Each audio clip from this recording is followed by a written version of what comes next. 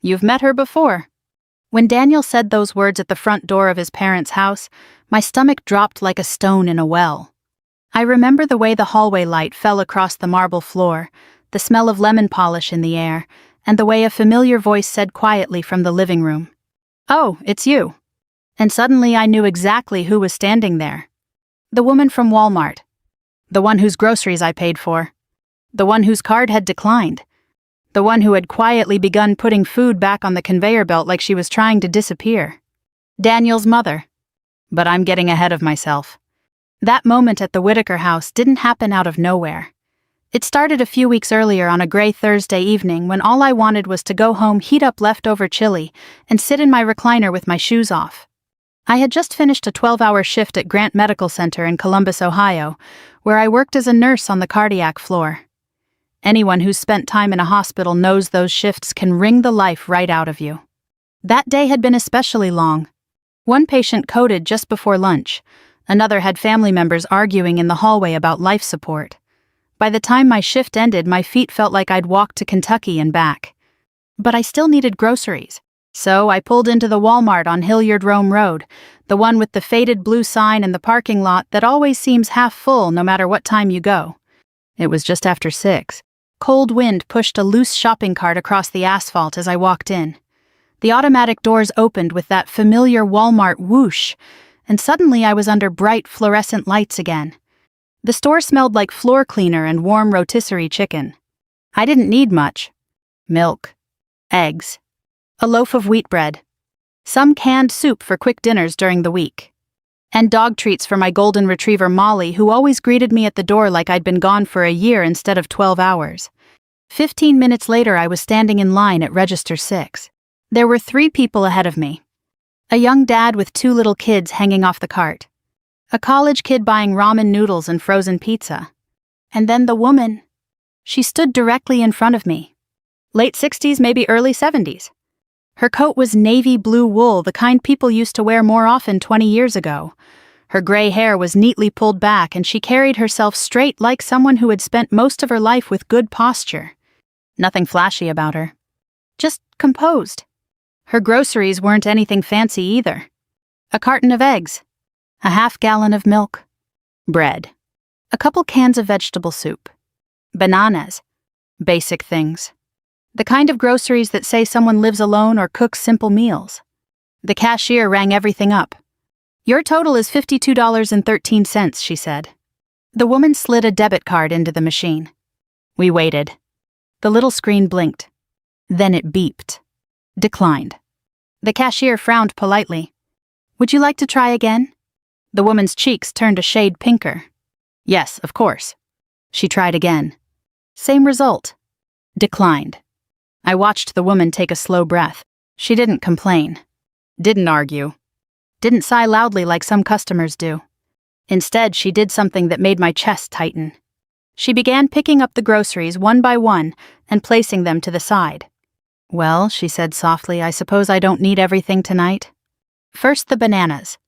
Then 1 can of soup. Then the milk. The cashier looked uncomfortable. "I can suspend the order if you want to call your bank." "Oh no," the woman said quickly, "that won't be necessary."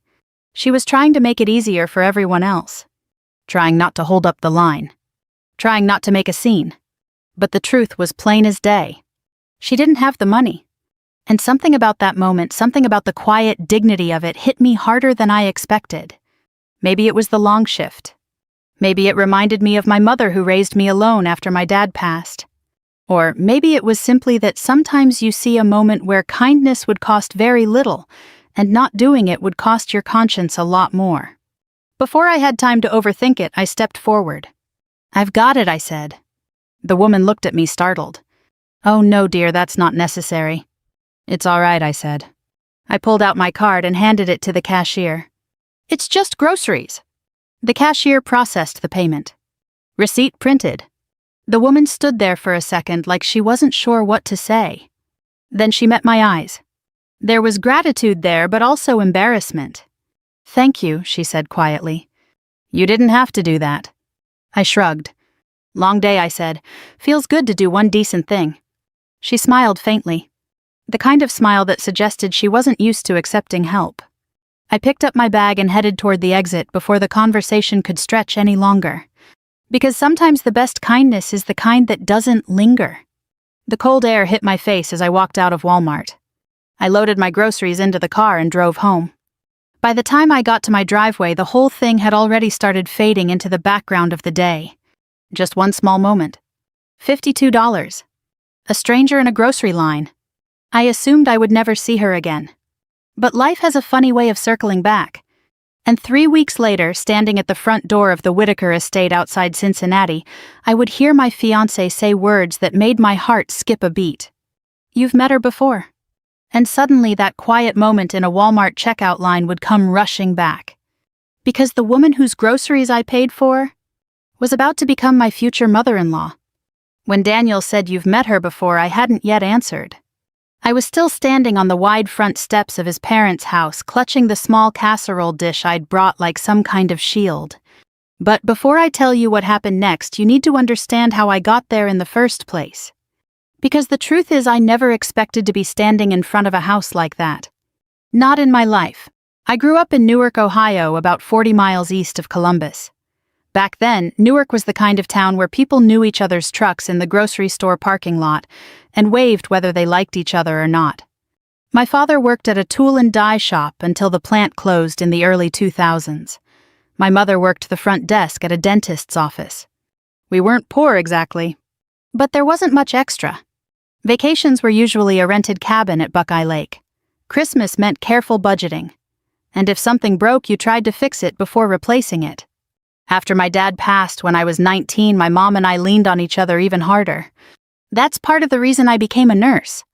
Hospitals had been part of our life during those final months. I watched nurses treat my dad with dignity when he had almost none left physically. That mattered. It stuck with me. Years later, working the cardiac floor in Columbus, I met Daniel Whitaker. Not at a hospital. At a hardware store, believe it or not. I had stopped by after work to pick up a replacement shower head. The old one had started spraying sideways like a lawn sprinkler. Daniel was standing in the aisle staring at 2 different plumbing adapters like they were written in Greek. He looked frustrated. Tall guy, maybe 6'2", wearing a navy button-down shirt and jeans that probably cost more than my entire outfit. But what struck me first was how out of place he looked. Like someone who didn't spend much time in hardware stores. "Need help?" I asked. He glanced over and laughed a little. I'm starting to think the plumbing industry has its own language. Turns out he had just bought a condo in Columbus and was trying to fix a leaky shower himself instead of calling a plumber. I showed him which adapter he needed. He insisted on buying me coffee as a thank you. One coffee turned into dinner a week later. Dinner turned into more dinners. And before long, I found myself dating a man whose life looked very different from mine. Daniel worked for Whitaker Development, his family's real estate company. They built office parks, apartment complexes, and shopping centers all across Ohio. He never bragged about it. But you couldn't miss the signs. The watch he wore. The way restaurant hosts seemed to recognize him. And eventually the stories about his parents. His father had started the business in the late 1970s with one small commercial building. By the time Daniel was born, Whitaker Development had projects in 3 states. By the time I met him, they had enough money that people sometimes lowered their voices a little when they said the family name. The first time Daniel mentioned meeting his parents, I felt my stomach tighten. "You'll like them," he said. "They're good people." That phrase, good people, can mean a lot of things. Sometimes it means kind. Sometimes it means polite but distant. And sometimes it means people who expect you to prove you belong. I had spent most of my adult life surrounded by regular folks. Teachers.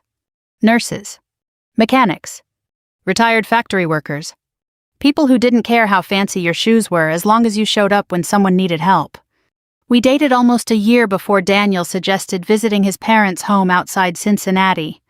"It's not a big deal," he said one evening while we were making spaghetti in my small kitchen.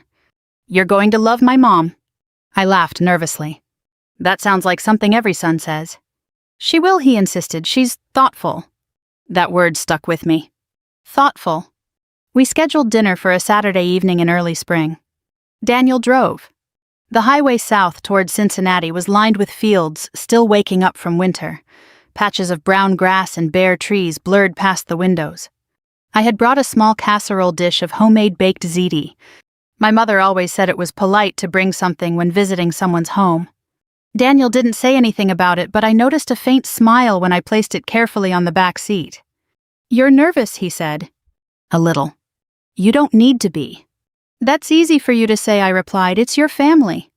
He reached over and squeezed my hand. "They care about character more than anything." I hoped that was true. About 20 minutes outside Cincinnati, the highway turned into a smaller road that wound through wooded hills. Eventually, Daniel turned onto a long private driveway. And that's when I saw the house. House might not even be the right word. It was more like a stone estate, the kind of place you expect to see in a magazine about architecture. Tall windows.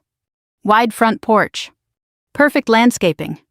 The driveway curved past a fountain before stopping near the front steps. My heart began beating faster. Daniel parked the car. "Ready?" he asked. "As I'll ever be." We walked up the steps together. He rang the doorbell. Inside, I heard faint footsteps. Then the door opened. Daniel smiled. "You've met her before." And that's when I heard the voice from inside the house. "Oh, it's you." My stomach turned. Because I knew that voice. And suddenly the memory of a quiet woman in a Walmart checkout line came rushing back. "Oh, it's you." The words came from somewhere behind Daniel, calm and unmistakably familiar. For a second, my brain refused to connect the dots. The foyer was bright with afternoon light, the floor polished marble, a staircase curving upward like something from an old movie. And standing halfway between the living room and the front door was the woman from Walmart. Same gray hair pulled back neatly. Same composed posture. Same gentle eyes that had looked at me across a checkout counter 3 weeks earlier.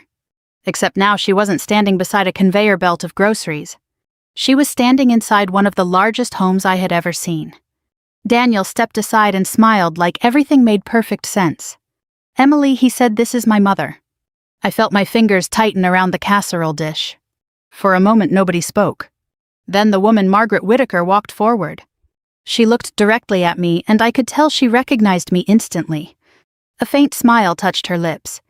"Well," she said quietly, "this is quite a surprise." My mind was racing. The Walmart line. The declined card. The groceries. The $52. None of it made sense in the context of this house. I didn't realize I managed. Daniel glanced between us, confused. "You two really did meet." Margaret nodded gently. "Yes," she said, "we did." Her voice carried the same calm dignity it had that night at Walmart. But standing there in that elegant foyer, the memory suddenly felt very different. Because the question pounding in my mind was simple. Why would a woman who lived in a house like this have her card declined buying groceries? Margaret stepped forward and reached for the casserole dish in my hands. "Let me take that," she said warmly. "You didn't need to bring anything." "It's just baked ziti," I replied, still trying to steady myself. "My mom's recipe." "That sounds wonderful." She carried it toward the kitchen, and Daniel closed the door behind us. "You look like you've seen a ghost," he said softly. "I might have," I replied. He laughed. "What happened at Walmart?" "Your mom's card declined," I said. Daniel blinked. "What?" "She was buying groceries. The total was $52. When the card didn't work, she started putting the food back." His eyebrows lifted. "You paid." I nodded. Daniel leaned back against the wall and laughed under his breath. "Well, that's one way to meet the family." "I feel like I stepped into the wrong story," I said. He shook his head. "No, you stepped into the right one." Just then, Margaret returned from the kitchen. Her expression had softened. "Dinner will be ready shortly," she said. "Why don't we sit in the living room for a moment?" The living room looked like something out of a design magazine. Tall windows overlooking a garden. Leather chairs. Bookshelves filled with hardbound volumes. And a fireplace large enough to warm an entire cabin. Margaret sat across from me while Daniel poured iced tea. For a moment, the three of us simply settled into our chairs. Then Margaret spoke. "I must admit," she said gently, "I never expected to see you again." "Neither did I replied. Daniel looked curious. "Mom, what exactly happened?" Margaret folded her hands. "Well, Daniel, I went to Walmart for a few groceries. When I reached the register, my card didn't work." She glanced at me. "Your fiancé stepped forward and paid for everything without making a fuss." Daniel smiled proudly. That sounds like Emily. I felt my cheeks warm. It wasn't a big deal. Margaret tilted her head slightly. Perhaps not to you, she said. But kindness rarely feels small to the person receiving it. Her tone wasn't dramatic, just honest. Still, something in the room felt slightly tense. Not hostile, but thoughtful. Like everyone was quietly examining the moment from a different angle. Daniel stood up. I'll check on Dad, he said. He's probably in the study. Once he disappeared down the hallway, the room grew quiet again. Margaret looked at me carefully. You must have been surprised tonight. That's an understatement. She smiled faintly. I imagine you have questions. I hesitated. I just didn't expect someone who lives here to have trouble buying groceries. Margaret nodded slowly. That's fair. She looked toward the window, thoughtful. You see, Emily, wealth has a curious effect on the way people behave around you. I wasn't sure what she meant yet. When people know who you are, she continued, they treat you differently, sometimes better than they should. She looked back at me. Sometimes they treat you worse. Her words hung quietly in the air. So occasionally, she said, I go places where no one knows my name. Like Walmart? Yes. To see how the world feels when people believe you're ordinary. I wasn't sure how to respond. Does that happen often? I asked. Margaret smiled slightly. More than you might think. Daniel returned a moment later with his father, Robert Whitaker, a tall man with silver hair and the relaxed confidence of someone who had spent decades making business decisions. Dinner followed shortly after. The meal itself was warm and pleasant. Conversation about Daniel's work. Stories about my nursing job. Robert asked thoughtful questions about the hospital. Margaret listened more than she spoke. But every once in a while, our eyes met across the table. And I couldn't help wondering something. Was that moment at Walmart truly just coincidence? Or had I walked into something more complicated than I realized? Because sometimes in wealthy families, even the smallest moments can become quiet tests of character. And I had a strange feeling that my $52 grocery purchase might mean more to them than I understood. If you've lived long enough, you learn there are two kinds of silence. There's the comfortable kind, the kind that settles over a kitchen table after supper when everybody knows each other well enough not to fill every second with words. And then there's the other kind, the kind that feels polished, careful, measured. That was the kind of silence I felt at the Whitakers' dinner table that night. Nothing was openly wrong. No one was rude. The food was excellent. The china looked old and expensive, and Robert Whitaker asked me about the hospital in the same even tone a man might use discussing the weather or a board meeting. But underneath all that civility, I felt something else. Attention. I had the strange sense that I was being observed from several angles at once. Not like prey exactly, but like a person being quietly sized up. Margaret's face gave little away. She asked about my mother. She asked where I grew up. She asked how long I had worked in cardiac care. All reasonable questions, good questions even. Still, each answer felt like it carried more weight than it should have. At one point, Robert buttered a dinner roll and said nursing takes a certain stamina. Not everyone is built for that kind of work. I suppose that's true, I said. What drew you to it? I took a sip of water before answering. My father was sick for a while before he died. The nurses who cared for him made a hard situation feel a little less frightening. I never forgot that. Robert nodded. That makes sense. Margaret looked at me, then really looked at me, and for the first time I thought I saw something soften in her expression. Dinner itself moved along without incident. Daniel told a story about a contractor who had accidentally ordered the wrong roofing material for an apartment complex near Dayton. Robert laughed.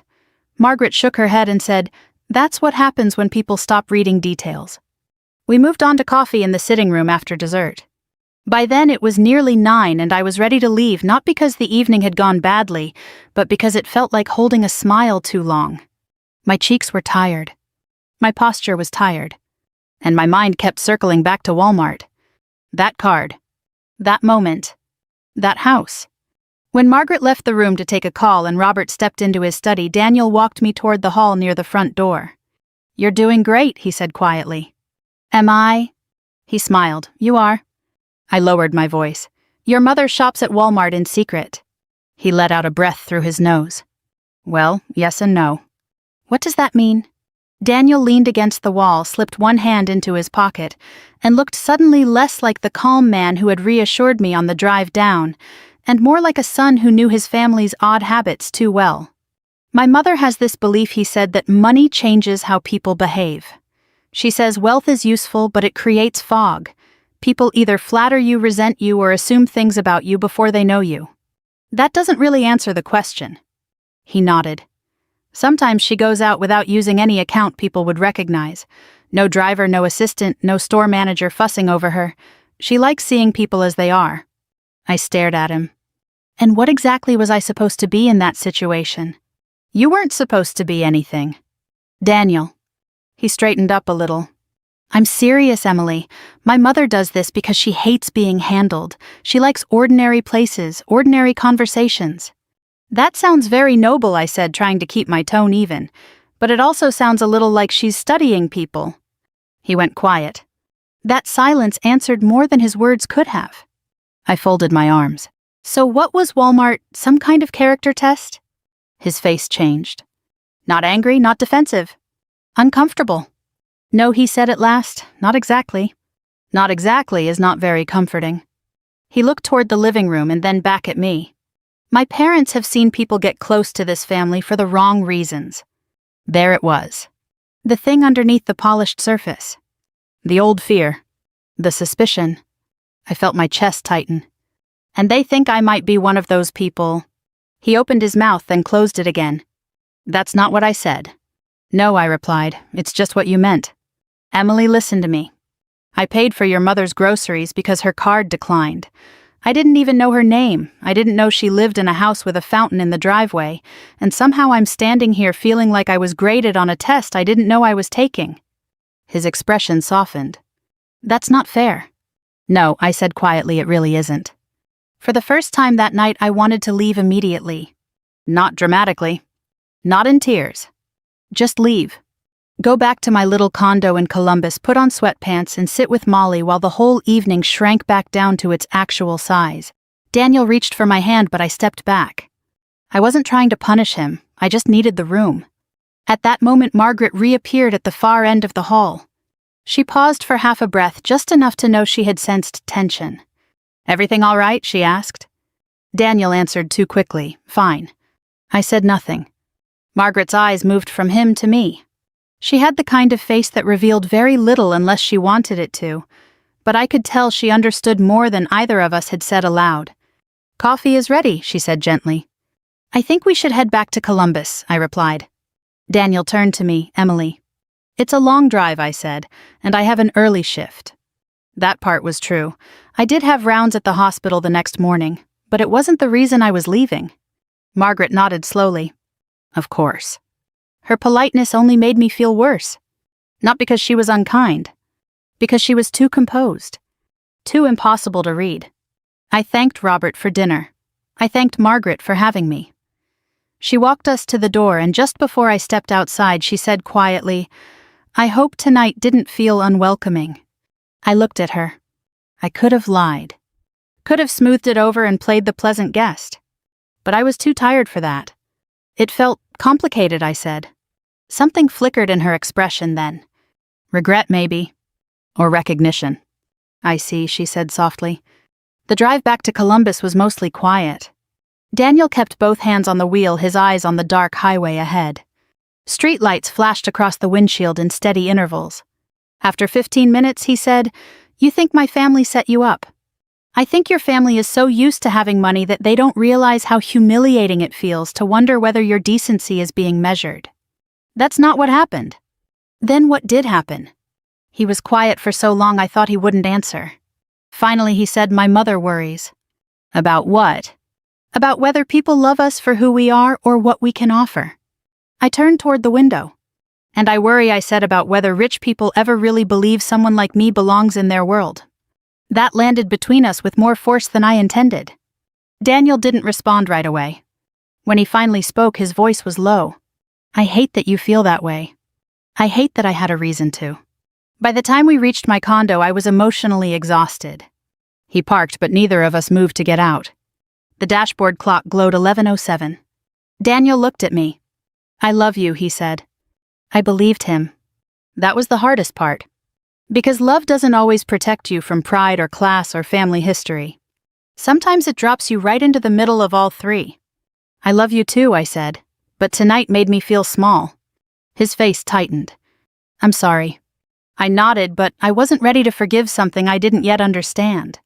Inside, Molly greeted me in a whirl of fur and paws. I knelt and scratched behind her ears, breathing in the warm, familiar smell of dog and home. The condo was quiet. Ordinary. Mine. And as I stood in my own kitchen filling Molly's water bowl, I found myself thinking something I didn't want to admit out loud. Maybe the Whitakers hadn't intended to insult me. Maybe Margaret Whitaker truly had been embarrassed at Walmart. Maybe none of it had been staged. But intention and impact are two different things, and whether she meant to or not, Margaret had awakened something old and sore in me. The part that remembered every moment growing up when money entered the room before I did. The part that knew what it felt like to be looked at politely and still somehow not be fully welcomed. I went to bed that night with my mind restless and my heart defensive. And by morning I wasn't sure whether I was angry at Margaret Whitaker, or at all the years behind her that had taught me to expect exactly this. I barely slept that night. Not because Daniel and I had raised our voices, we hadn't. Not because anyone had insulted me openly, they hadn't. It was worse than that. Everything had stayed polite enough to be denied. That polished kind of discomfort can keep a person awake far longer than a simple argument ever could. I kept replaying the evening in pieces. Margaret's face in the foyer. Daniel saying, "You've met her before?" The look on his face in the hallway when I asked whether Walmart had been some kind of test. The pause before he answered. And then my own reaction, sharp and defensive, though if I was honest with myself, the anger had not been born that evening. It had simply been awakened. The next morning I went to work tired and out of sorts. At the hospital there's not much room for private turmoil. Sick hearts don't wait for your feelings to settle. Medications still need to be checked. Charts reviewed, oxygen adjusted, family questions answered. That helped in a way. A man in room 412 had gone into atrial fibrillation overnight, and his daughter wanted clear answers nobody could fully give yet. A woman recovering from bypass surgery needed help sitting up and was determined to pretend she didn't. Real life, immediate and physical, has a way of dragging you out of your own head. Still, every quiet moment brought me back to the same question. Had Margaret Whitaker truly been embarrassed at Walmart? Or had I been part of a story already in progress? A quiet little morality play arranged by wealthy people who wanted reassurance that the world still contained decency. By noon, I had a headache sitting right behind my eyes. Daniel texted once around lunchtime. "Can we talk tonight?" I looked at the message for a long time before replying. "Long shift, maybe tomorrow." That was true, though, not entirely.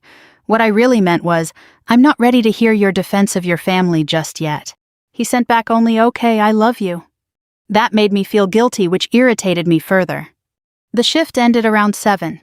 I stopped at a Kroger near home for salad mix and chicken broth, then drove back to my condo under a low gray sky that threatened rain but never quite delivered. Molly met me at the door with the solemn enthusiasm only a golden retriever can manage, tail-going, eyes-bright body, full of forgiveness for the fact that I had left her all day. I changed into sweatpants, fed her, heated up some soup, and was halfway through it when the doorbell rang. At first I thought it might be Daniel. But when I looked through the peephole, it wasn't him. It was Margaret Whitaker. For a second I simply stood there staring. She wore a camel-colored coat and held both hands loosely in front of her. No handbag worth a month's rent, no dramatic jewelry, no chauffeur visible through the glass storm door. Just Margaret standing on my front step like any ordinary visitor. I opened the door, but only halfway. "Mrs. Whitaker."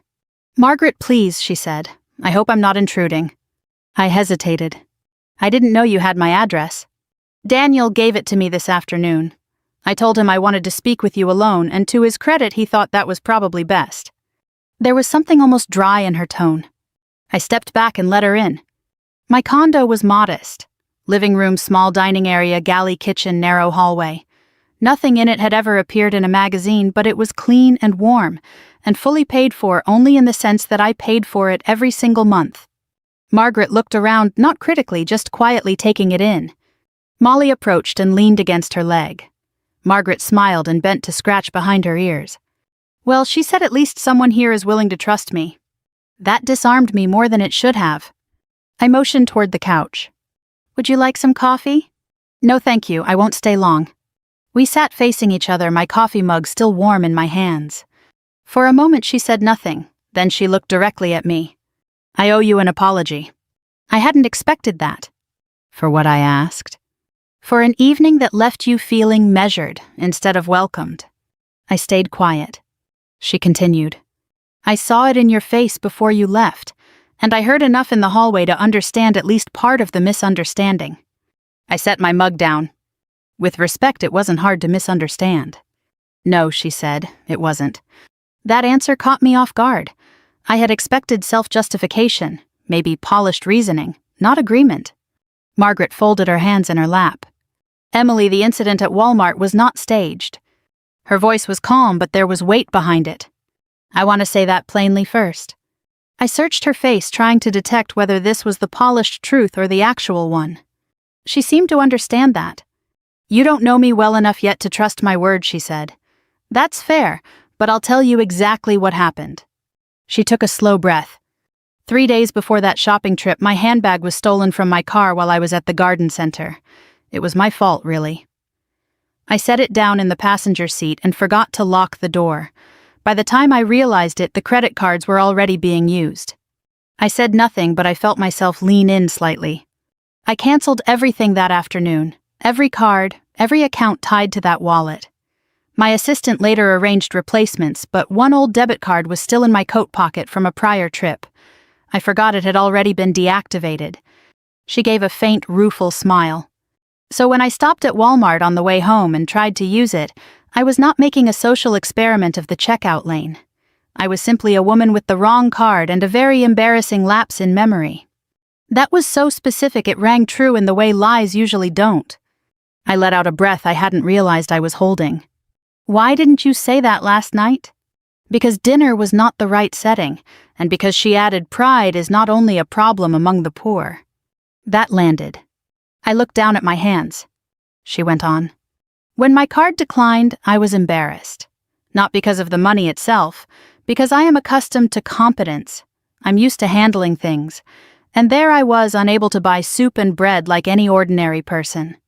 I thought back to the checkout lane, how quickly she had begun removing items, how carefully she had tried not to inconvenience anyone else. It had not looked theatrical. It had looked familiar. Like someone trying to hold on to dignity. Margaret's voice softened. What mattered to me wasn't only that you paid, it was how you did it, quietly, without performance, without lingering for praise. You spared me the humiliation of being turned into a lesson in someone else's generosity. That pierced me a little. Because she was right. There are people who help in a way that keeps the other person indebted. I had seen that too all my life. I didn't want to embarrass you, I said. I know, she replied. That's why I remembered you. We sat with that for a moment. Then I asked the question that still mattered. But Daniel said you sometimes go places where nobody knows who you are. Margaret nodded. I do. That sounds a lot like testing people. It can look that way, she admitted, and perhaps sometimes if I am not careful it becomes too close to it.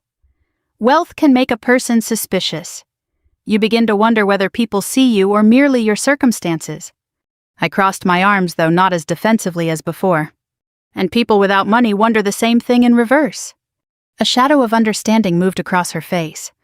Yes, she said. I think that may be exactly what happened between us. The room was quiet except for Molly shifting on the rug. Margaret leaned back, slightly studying me with more openness than she had shown the night before. Daniel loves you, she said. I looked away for a second. I know. He has loved other women before, nice enough women, impressive women, but never with this much steadiness. She paused. That matters to a mother. I didn't know what to say to that. She continued. And before I ever knew you were the woman he intended to marry, I already knew one thing when faced with a small private choice. You chose kindness.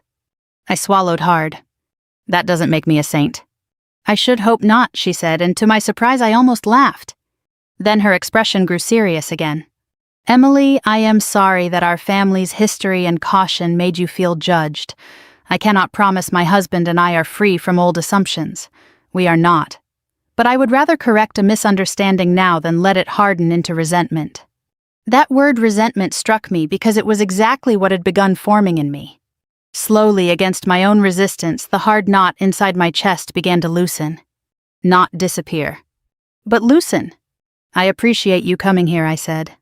I wasn't sure you would. I almost didn't. She smiled faintly. That would have been understandable. I studied her face. She looked elegant, yes. Composed, yes. But suddenly she also looked older than she had the night before. Not weak, just human. A woman shaped by decades of carrying herself in a certain way. I thought of my own mother and how quickly dignity can become armor when life has humbled you enough times. So it really was just the wrong card, I said. It really was. And Walmart wasn't some test. No, though perhaps life has a way of turning accidents into revelations. That was a very Margaret Whittaker sentence if ever there was one. I smiled despite myself. When she stood to leave, I walked her to the door. At the threshold, she turned back. For what it's worth, she said, I liked you before I knew who you were. There was no polish in that moment, no performance, just an older woman offering truth in the simplest way she knew how. After she left, I stood by the door for a long time, listening to the quiet hum of the refrigerator and the soft click of Molly's nails on the floor as she came to stand beside me. The misunderstanding hadn't vanished entirely. There were still deeper things underneath it, class pride, old fears, Daniel caught in the middle of worlds. But one thing had changed. The story I had told myself about Margaret Whittaker was no longer clean enough to be comforting. And when our neat explanations begin to crack, that is often when the real truth finally gets room to breathe. After Margaret left that night, the condo felt strangely quiet. Not the peaceful kind of quiet. The thoughtful kind. The kind that makes you realize the story in your head might not be the whole story. Molly had curled up beside the couch, her tail occasionally thumping the floor, as if she were reminding me the world still contained simple loyalties. I sat there a long time replaying Margaret's words. Pride is not only a problem among the poor. That line stayed with me. Because if I was honest, some of the anger I had felt toward her family hadn't been about them at all. It had been about history. The long shadow of growing up in a place where money always seemed to arrive in the room before respect did. But the next conversation I needed to have wasn't with Margaret. It was with Daniel. The following evening he came by after work. He looked tired the way people do when they've spent the day worrying about something they can't quite fix. When I opened the door, Molly greeted him like a returning war hero. Daniel scratched behind her ears and gave me a cautious smile. Hi. Hi. We stood there for a moment before he stepped inside. The condo suddenly felt very small for a conversation this big. Did my mother come by, he asked. Yes. And I motioned toward the couch. Sit. He did. I remained standing for a moment before finally taking the chair opposite him. She explained what happened with the card. Daniel exhaled slowly. Good. It really was canceled. Yes. That would have been nice to know before dinner. He nodded. You're right. His willingness to admit that softened something in me. I thought your family was testing me, I said. I know you did. Can you blame me? No, he replied. He leaned forward, resting his elbows on his knees. Emily, my parents have spent 40 years building a business. Along the way, they've met people who wanted to be close to that business for the wrong reasons. I understand that. But understanding something and feeling judged by it are two different things, he said. I looked down at my hands. That's true, Daniel continued. My mother grew up hearing stories from my grandparents about the Great Depression. My grandfather lost his farm in Kentucky in 1932. For a while, the family lived in a converted barn. I looked up. I didn't know that. Most people don't, Daniel said. By the time I was born, my father had already built the company. But my mother never forgot those stories. That explains why she shops at Walmart. Partly. And why she worries about money-changing people. Yes. He watched me carefully. But there's another part of this we should talk about. What's that? You. I raised an eyebrow. What about me? You've carried something into this relationship too. I crossed my arms. Such as a belief that wealthy people are always waiting to judge you. I opened my mouth to argue, then stopped. Because the truth was, he wasn't entirely wrong. That belief didn't come from nowhere, I said. I know. My dad worked 30 years in a factory that shut down anyway. I watched my mother count grocery money at the kitchen table more times than I can remember. When people with money talked about hard work, it didn't always feel like they understood what that meant. Daniel listened quietly. I've seen both sides of that, he said. My parents worked incredibly hard, but I also know luck plays a role people don't like to admit. The honesty in that surprised me. I guess what I'm saying, he continued, is that you and my mother are actually worried about the same thing. And what's that? That money can distort the way people see each other. I sat back in the chair. That thought settled into the room like a piece of furniture that had always belonged there. Neither of us spoke for a moment. Then I said quietly I felt small at that dinner. Daniel nodded. I know. And that feeling goes back a long way. I know that too. He stood up and walked to the window, looking out at the small patch of grass behind the condo. My father sometimes says wealth is like wearing a heavy coat, he said. It protects you from certain storms, but it also makes people assume things about you before you open your mouth. I thought about Margaret standing in the Walmart checkout line, quietly removing bananas from the counter. Maybe that had been the coat slipping off for a moment. I don't want to be someone who's always on guard around your family, I said. You don't have to be. But I also don't want to pretend class differences don't exist. Daniel turned back toward me. Neither do I. He walked over and sat beside me. Emily, the reason I love you isn't because you impressed my parents. I hope not. It's because you're steady. You don't pretend to be something you're not. And when a stranger needed help buying groceries, you stepped forward without making it a spectacle. That was $52, I said. It wasn't about the amount. We sat quietly together.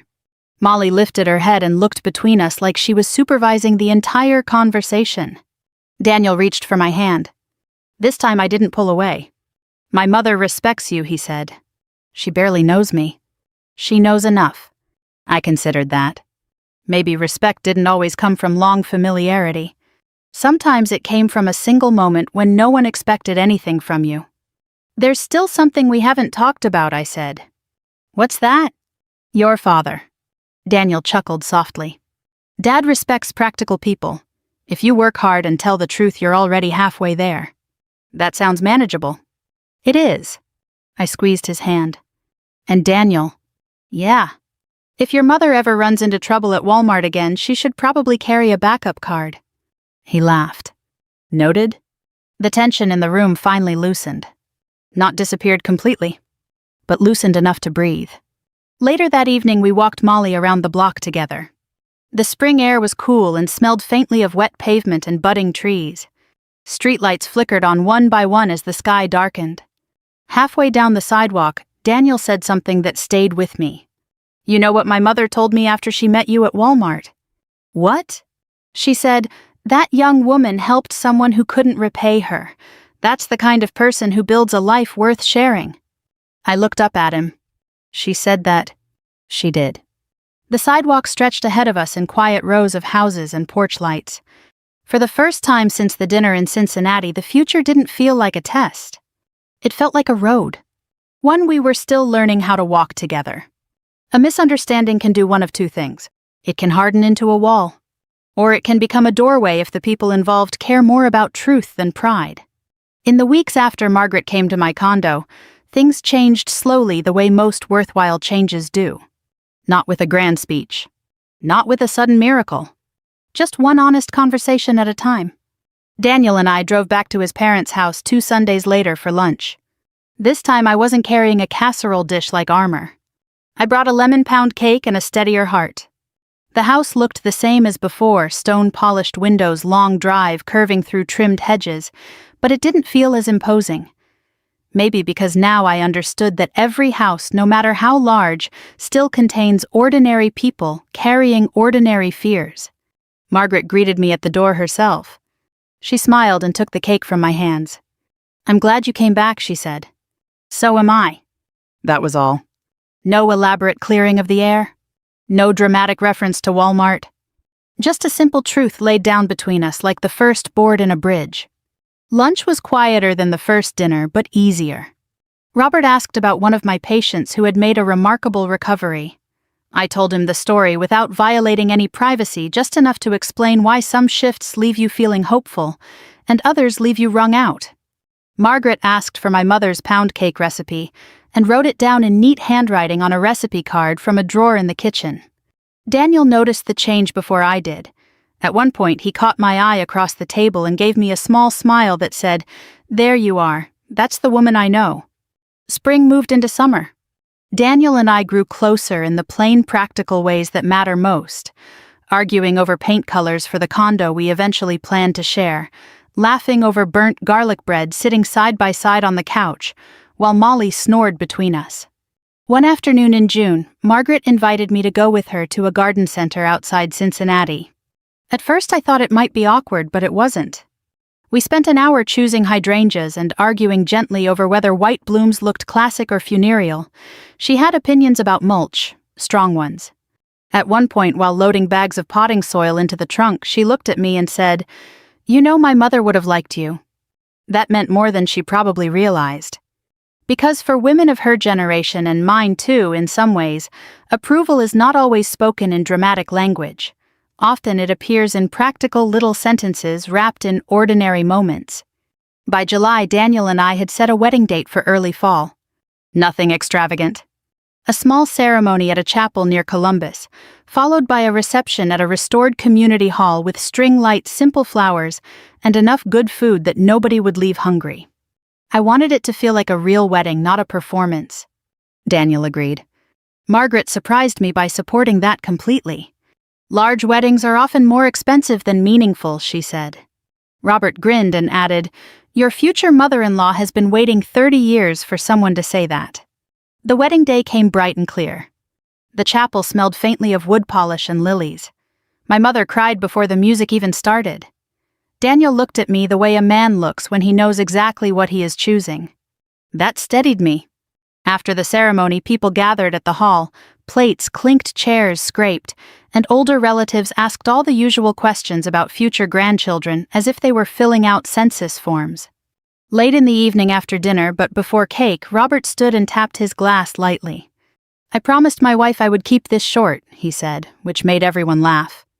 Then he turned to Margaret. She insisted on speaking. Margaret rose with one hand on the table. She was elegant as always, but there was a softness in her face I hadn't seen the first night I met her.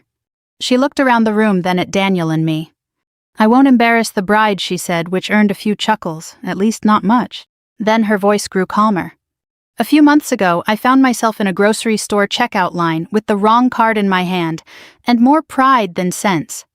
A kind woman behind me stepped forward and quietly paid for my groceries. She didn't stay to be thanked properly. She didn't ask my name. She simply helped, then walked away." The room had gone still. Margaret looked at me. I learned later that this same woman loved my son. A few guests smiled. My mother reached for a tissue again. Margaret continued. "There are moments in life when character reveals itself without announcement. Not in grand speeches, not in public achievements, but in private choices when no one is keeping score." Her eyes moved slowly across the room.